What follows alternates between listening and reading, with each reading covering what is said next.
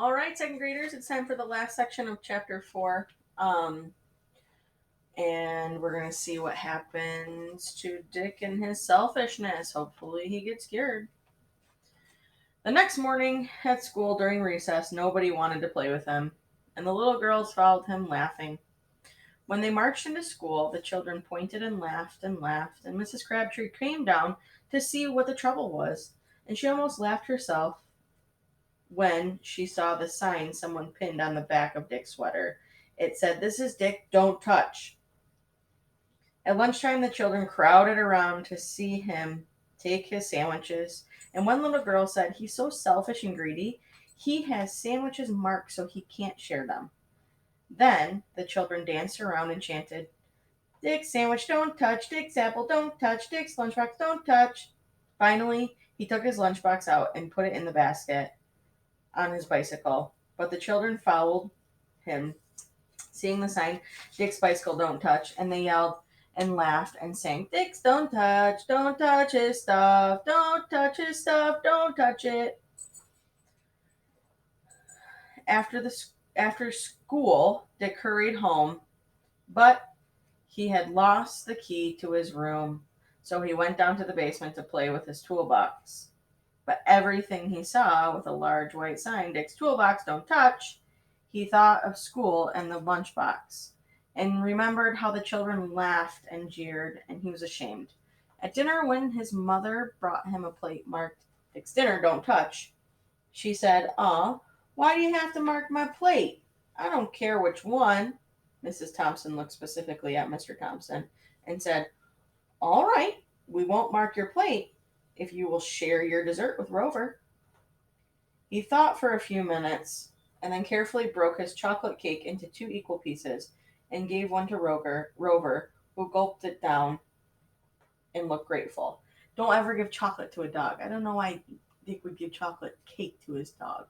Don't do that. That's not safe. Dogs cannot have chocolate. After dinner, he told his father he had lost the keys to his room and closet, and so his father took off the padlocks to the doors on his toy box. He said, "Don't push them back, Dad. I don't care going into my room and to my stuff." The next morning, Dick got up early and scraped everything off of his lunchbox, all of the labels, and took the sign off his bicycle. Then he went to his mother and said, "Mom, please don't mark my sandwiches. Please don't mark any of my stuff, Mom." Mrs. Thompson said, "All right.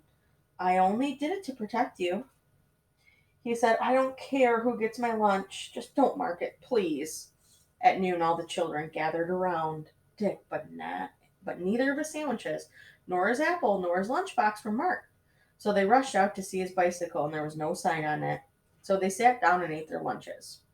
Right after school that night, he hurried home and scraped the markings off his ball and his bat and mitts, and then walked up to where the children were playing ball and tossed the ball, bat, and mitts down beside the catcher. "You want to use these? I don't care." And he went back to his own house. In a little while, Mary O'Toole rang the doorbell and asked Mrs. Thompson if Dick could come out to play. Mrs. Thompson said he'd love to, Mary, but first he must return something to Mrs. Piggle-Wiggle. Mary said, "Tell him to come over to the lot when he gets back. Here are some of his lost keys." Mrs. Thompson said, "Thank you for the keys, dear, but thank goodness they belong to Mrs. Piggle-Wiggle, not Dick." So she took the keys of the big padlocks and the tiny padlocks up to Dick, who was in his room, and busily packed Mrs. Piggle-Wiggle's selfishness kit. All right, so that's how they cured the little boy of being selfish. Next time, we'll read about the radish cure. Ooh, but you want a little girl who doesn't want any radishes. All right, we'll see you next time.